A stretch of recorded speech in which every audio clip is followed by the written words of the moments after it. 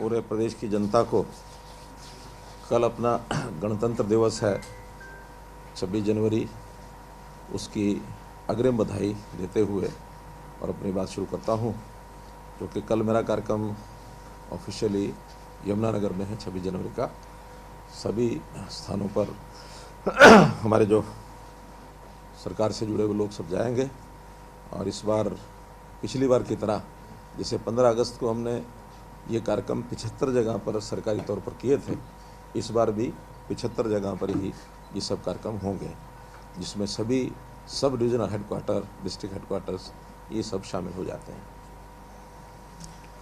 आज 2-3 विषयों को लेकर के आपके साथ चर्चा करनी है।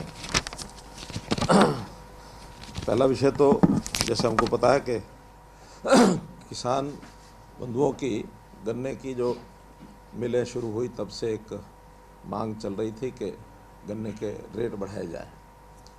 आपकी जानकारी के लिए बता रहा हूँ कि हमारा जो गन्ने का रेट है पिछले वर्ष का 362 रुपये ये चल रहा है अभी भी, और चूँकि हरियाणा में हम लोग गन्ने की पेराई सबसे ज़्यादा यानी पंजाब से ज़्यादा करते हैं, लेकिन हमें पता है कि चीनी के रेट जिस प्रकार से चल रहे हैं उस अनुसार गन्ने के मिलों का घाटा बहुत ज़्यादा हुआ है पिछले कुछ सालों में।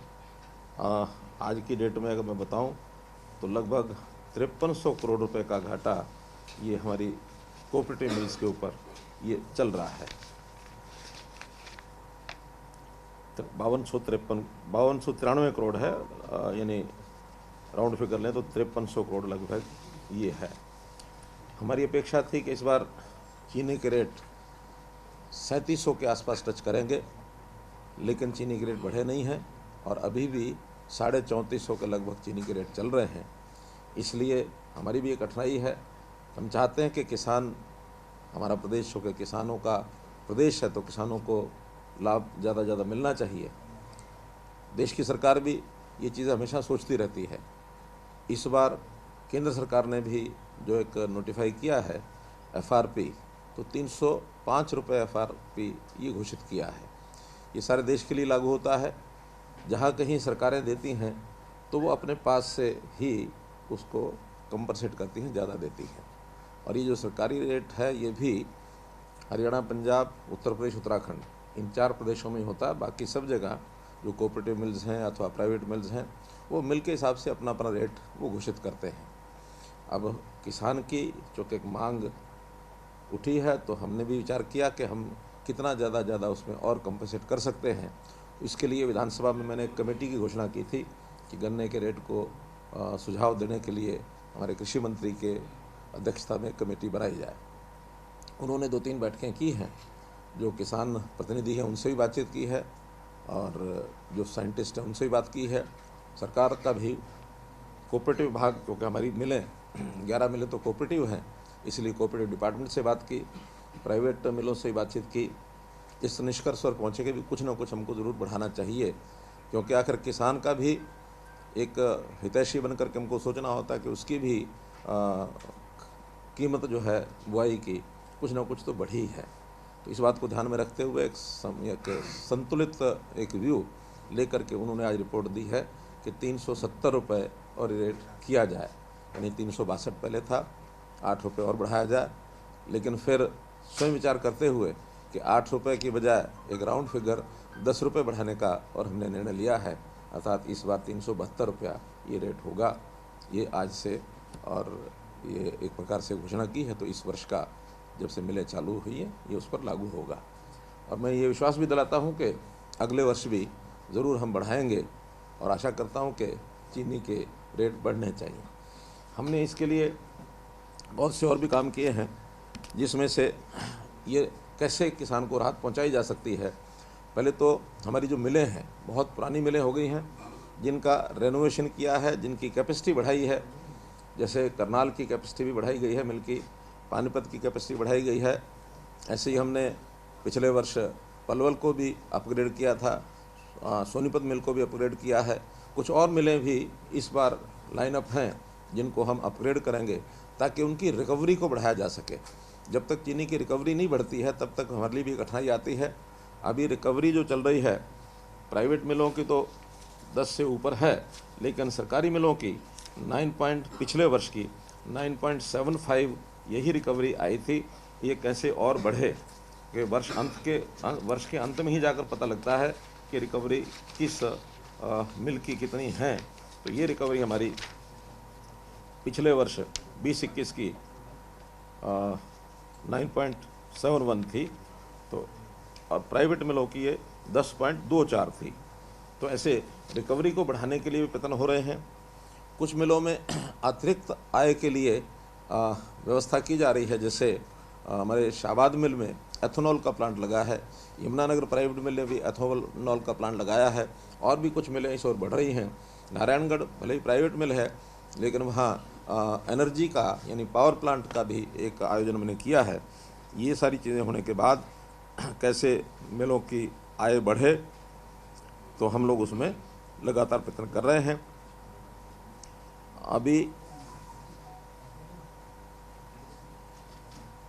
अभी जो इस समय जो स्थिति है तो हमारे मिलों का गन्ना चूँकि अब पिछले कुछ दिन से आया नहीं था, तो जो बातचीत चल रही है, मुझे लगता है, मैं किसानों से अपील भी करता हूं कि आज जो के रेट बढ़ा करके जो उनकी डिमांड है उस हिसाब से हमने कोशिश की है कि उसमें रेट बढ़ाया जाए, बढ़ा दिया है। मैं उनसे अपील करता हूं कि तुरंत जो गन्ना जहां है वो लेकर के मिलों में जाए, और मिलें जो है तुरंत गन्ना पहुंचते ही मिलें यानी प्रारंभ हो जाएंगी। तो इस प्रकार से मिलों को गन्ना ले जा करके मिलें चालू की जाए, ताकि किसान का भी नुकसान ना हो। जितने दिन किसान गन्ना नहीं लेकर के आएगा तो नुकसान किसानों का लगातार, क्योंकि फसल है तो फसल का समय पर ही कटान उठान ये सब होना चाहिए, तो ये तुरंत उनका नुकसान ना हो। इसलिए मैं अपील करता हूं कि आज से ही गन्ना ले जाना शुरू करें, ताकि कल से विधिवत सभी मिलें चालू हो सकें। किसान हमारा मेरा एक भाई है, किसान हमारा अन्नदाता है, किसान का ध्यान हमको हमेशा रखना होता है। हम बहुत सी चीज़ों में विचार करते हैं, जैसे अभी हमने देखा कि सर्दी बहुत अधिक हुई है, तो सर्दी अधिक होने के कारण से जो फसल सरसों की खास करके उसका नुकसान हुआ है। तो ये भी हमने तय किया है कि 5 तारीख से जो रेगुलर गिरदावरी है, क्योंकि रेगुलर गिरदावरी होने के बाद तो स्पेशल गिरदावरी होती है, लेकिन जब तक रेगुलर गिरदावरी नहीं होती तो स्पेशल का कोई अर्थ नहीं होता। रेगुलर गिरदावरी होगी, जहाँ जहाँ फसल का नुकसान सरसों का जितना हुआ होगा उनका मुआवजा समय पर ये दिया जाएगा, ऐसा भी मैं एक भरोसा दिलाता हूँ। एक सूचना और मैंने आपको देनी है, वो भी हमारे खास करके खेती से जुड़े ही जो लोग होते हैं वो हमारा पटवारी वर्ग है। तो पटवारी भी पिछले दिनों में हमको मिले थे, जिन्होंने कहा कि हमारी जो सैलरी है बनिस्बत अन्य कर्मचारियों के वो कुछ कम है। हमने भी उसका अध्ययन कराया तो हमें भी लगा कि हाँ, उनका एक पे स्केल बढ़ना चाहिए। तो पे स्केल बढ़ा करके अब उनकी जो अभी तक 25,000 के लगभग जो सैलरी थी उसको 32,100 ये कर दिया है। एक लेवल उसका 5A लेवल और नया क्रिएट करके, और पे स्केल हमने 32,100 और वो कर दिया है। कल उसका नोटिफिकेशन भी हो गया है। तो इस प्रकार से ये जो घोषणा करने के लिए ही आपको मैंने बुलाया था, और इस विषय में तो आज इतना ही कहना है। सर एक बड़ी बात है सर, पंजाब भले हरियाणा से ज़्यादा रेट देता है, लेकिन पंजाब में बकाया काफ़ी मिलों के ऊपर, तो पंजाब के मुकाबले हरियाणा में कितना बकाया सर रेट होंगे? देखिए, हमारा जो पिछले सालों का कोई बकाया नहीं है, सिवाय एक नारायणगढ़ मिल है जिसका 17.5 करोड़ रुपए PDCs दिए हुए थे। नारायणगढ़ चूँकि प्राइवेट मिल है, इसलिए वहाँ हमने हरको बैंक से उनको लगभग 150 करोड़ रुपए का लोन दिया हुआ है। अब वो चूँकि बहुत बड़े नुकसान में चली गई थी, तो जो पहले बकाया 3 साल पहले 66 करोड़ रुपए के लगभग था, यानी PDCs देते थे, अगले साल जाके पेमेंट होती थी, वो घट करके 60 आया, 55 आया। अभी जो पिछले साल का PDC तो मात्र 17.5 करोड़ ही बचे थे, कुछ उसके अलावा भी रहा होगा, तो अब वो लगभग 50 करोड़ के आसपास उस मिल का ऐसा नुकसान रहेगा जो किसानों को लेट पेमेंट मिलती है। अन्यथा बाकी पेमेंट कोई लेट नहीं मिलती है। 1 सप्ताह के बाद मिलों के बिल बन करके और जैसे ही हमको प्राप्त होते हैं वो पेमेंट चली जाती है। तो इसलिए हमारे यहाँ सबसे बड़ी विशेषता ये है कि हम पेमेंट लेट नहीं करते हैं। कोऑपरेटिव डिपार्टमेंट को कह रखा है कि जैसा ही आपका बिल बनता है वैसे ही सरकार से पैसा रिलीज़ कराएं। अब लॉस होगा तो सरकार उसको देखेगी। अभी तो क्योंकि कोऑपरेटिव मिले हैं, वो कोऑपरेटिव मिलों को हम लोन के रूप में ही दिखाते हैं, जो मैंने बताया 5,300 करोड़ रुपया है। और एक फाइनेंशियल सिस्टम को देखा जाए तो वास्तव में इन मिलों की जो नेट वर्थ है वो ज़ीरो हो चुकी है, क्योंकि मिलों के ऊपर घाटा यानी जो लोन है यानी ज़्यादा से ज़्यादा 700 करोड़ तक भी पहुंच चुका है। कम से कम शाबाद मिल के ऊपर 220 करोड़ रुपए का और ये लोन एक प्रकार से उनका घाटा जो है ये बना हुआ है, तो नेटवर्थ ज़ीरो हो चुकी है। हमने तो किसानों को ये भी ऑफ़र किया है कि अगर वो कोऑपरेटिव वास्तव में मिलों को कोऑपरेटिव के रूप में चलाना चाहें और अपनी ही मैनेजमेंट बना करके वो चलाना चाहें तो हम पूरी मिल यानी केवल जिसको कहना चाहिए 1 रुपये के ऊपर भी उनको ट्रांसफ़र कर सकते हैं, ताकि मिलों का जो घाटा पिछला वो बर्दाश्त करें, आगे भी मिलों को ठीक चलाएं और जो ज़्यादा रेट हो सकता है वो निकालें, हमको कोई आपत्ति नहीं है। तो इसलिए एक आध जगह पर हमारी बात भी चल रही है, उन्होंने कहा कि हम विचार करेंगे और किसानों को ये मिल सौंपी जा सकती है। जैसे कोऑपरेटिव जितने भी सिस्टम्स हैं, संगठन हैं, वो सारे लोग स्वयं संभालते हैं जो कोऑपरेटिव के मालिक होते हैं, तो ये कोऑपरेटिव के मालिक बन करके संभालेंगे तो हमें उसमें भी आपत्ति नहीं है। सर, क्या ये बोनस भी मिलेगा क्या? जो किसान अपनी फसल बेच चुके, गन्ना बेच चुके, उनको क्या बोनस भी मिलेगा? बोनस नहीं, ये रेट पहले दिन से लागू होगा जिस दिन से उन्होंने सीजन से वो बकाया भुगतान करेंगे। 372 तक कर दिया। जो रिकमेंडेशन आई हुई है, आपने कहा कि कई समस्या ऐसी है जिनमें शुगर मिल की जो हालत है, और कैसी रिकमेंडेशन है जो लंबे समय तक इस सिचुएशन में सुधार कर सकते हैं? जैसे मैंने बताया ना कि उसमें हम जो मिले हैं उनका अपग्रेडेशन ये हमने करना है, वो भी उसमें सुझाव उनका आया है। एक सुझाव है चीनी की क्वालिटी को और कैसे बढ़ाया जाए, क्योंकि चीनी की क्वालिटी में भी कहीं ना कहीं जब एक्सपोर्ट चीनी हमारी होती है तो उतना रेट हमको नहीं मिलता है। चीनी की क्वालिटी जहाँ अच्छी होती है वहाँ रेट थोड़ा ज़्यादा मिलता है, उस क्वालिटी को भी हम सुधारेंगे। और रिकवरी कैसे बढ़ाई जाए, इसमें खास करके गन्ने की किस्म, गन्ने के बीज, गन्ने का और जो साइंटिफिक अध्ययन है उसमें कुछ गन्ने की वैरायटीज़ ऐसी हैं जिसकी रिकवरी बढ़ सकती है, जिसमें चीनी ज़्यादा निकले। और बाकी तो एथेनॉल का है, पावर प्लांट का है, ये सारी चीज़ें जितनी मात्रा में ज़्यादा लगेंगी उतना ही चीनी, उतना ही रेवेन्यू जो है ज़्यादा प्राप्त होगा ताकि घाटा कम हो सके। सीएम साहब ने ये जैसे विपक्ष में भूपेंद्र सिंह हुड्डा कल कह रहे थे चंडीगढ़ में कि हमने अपने 2-2.5 साल में 117% जो है वो गन्ने का रेट बढ़ाया था, और मौजूदा सरकार ने अपने अभी तक के कार्यकाल में केवल 17% जो है वो गन्ने का रेट बढ़ाया है। क्या आपको ये लगता है कि विपक्ष जो है गन्ना किसान या बाकी जो किसान है उनको सरकार की तमाम योजनाओं पर गुमराह कर रहे हैं? क्योंकि आप पहले भी कहते रहे कि सरकार जो विपक्ष है वो किसानों को गुमराह कर रहे हैं। देखिए, एक तथ्य क्या है, मेरे पास एक रिपोर्ट है इसमें 2000 अगर मैं बात करूं 4-5 की, तो 2004-5 में चीनी का रेट उस समय 1726 रुपये था शुगर प्राइस, और गन्ने का प्राइस वो देते थे 135 रुपये, यानी कुल मिलाकर के 7.93% होता था। जो चीनी का मिल था उसमें से 7.93% ही गन्ने का रेट होता था, बहुत कम था गन्ने का रेट। चीनी का रेट काफ़ी ज़्यादा था, लेकिन वो धीरे धीरे बढ़ते बढ़ते अब उन्होंने बढ़ाया, हमने बढ़ाया तो है ही उन्होंने, ऐसा नहीं कि नहीं बढ़ाया, लेकिन चीनी के रेट जैसे बढ़ने चाहिए थे 1726 2004 में है और आज 3400 रुपया है, सिर्फ डबल हुआ है। और गन्ने का रेट 135 रुपये था, जो मैं बता रहा हूँ, ये 1726 135, और 135 से आज 372 हो गया, तो 3 गुना हो गया। तो इसलिए वो गन्ने का रेट लगातार बढ़ा है, उन्होंने भी बढ़ाया, हमने भी बढ़ाया, लेकिन चीनी के रेट की जो बढ़ने का जो आखिर अल्टीमेटली एक कमर्शियल आइटम है, गन्ने में से चीनी निकलनी है, चीनी बाजार बिकनी है।